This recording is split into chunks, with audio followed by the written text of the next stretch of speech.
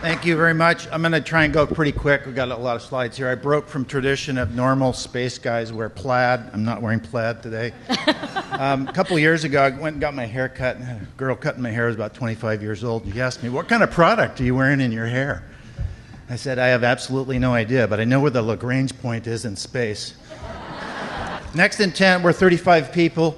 98% of the funds that come to Next Intent come through federal funding, through prime contractors like Jet Propulsion Lab, part of NASA, defense, aerospace, that kind of thing. I think rocket science is really cool. Exploring space is really difficult to do. 7 out of 10 missions make it to Mars. 3 out of 10 don't make it to Mars. The direct and indirect benefits of space are incredible.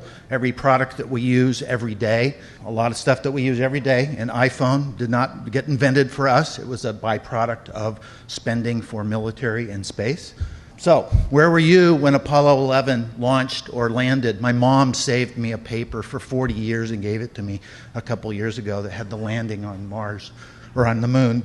And I can remember as a kid being so excited, and it's interesting, the Apollo 11 mission went through 3 presidencies with no interruption of funding. We set a goal for ourselves as a country, and we made that goal happen in a 9-year period. Pretty cool stuff. Space Shuttle, I mean, how many missions? 137 missions, something like that. Incredible program. Low Earth orbit. We delivered the whole space station is up there getting pictures and giving us data and making us understand our planet better every day because of that mission. Ares 1X is a launch that was done a few years ago. This was a program that Next Intent was heavily involved with ATK, our partner, and NASA. Mars exploration rovers have been in place since 2003. We're approaching 10 years, and we're proud to be part of that. Jeff Wade, my marketing guy, is passing around some components, one of which is the wheels for the Mars rovers that are up there.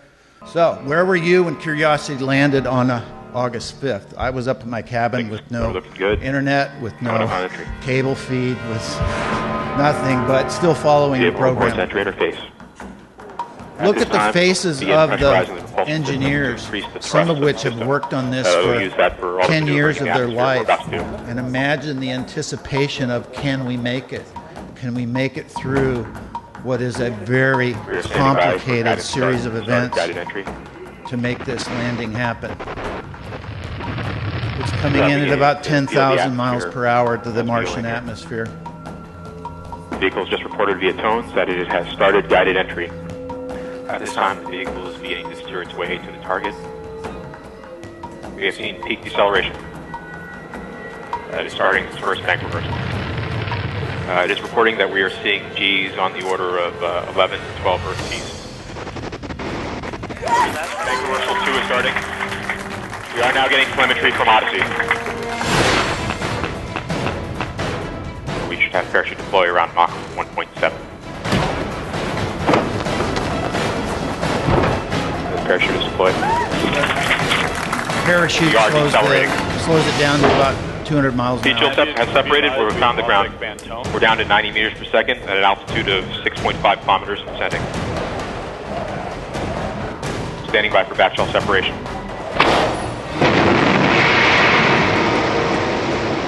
We are in powered flight.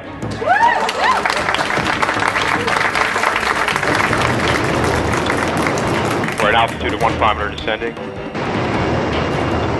Standing by for sky crane. Sky crane is started.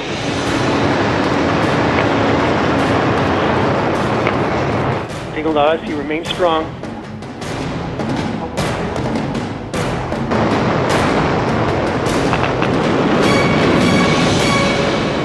Touchdown confirmed. We're safe on Mars.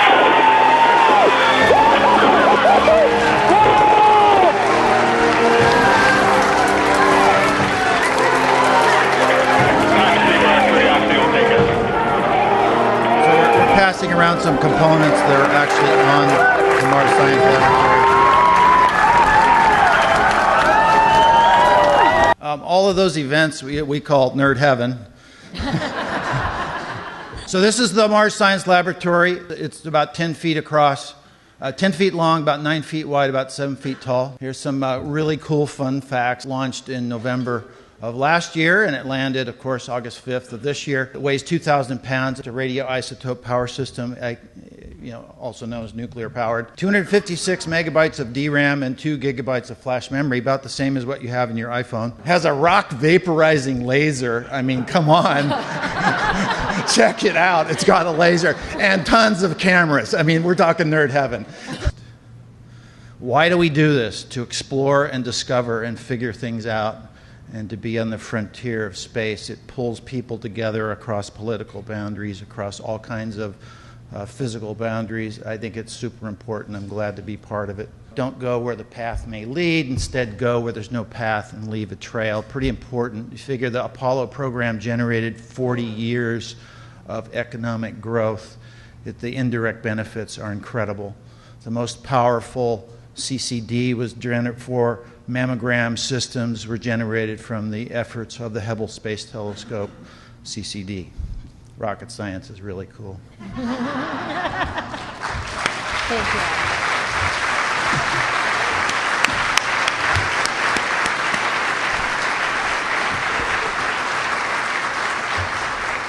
That's happening right here in San Luis Obispo. It's pretty amazing.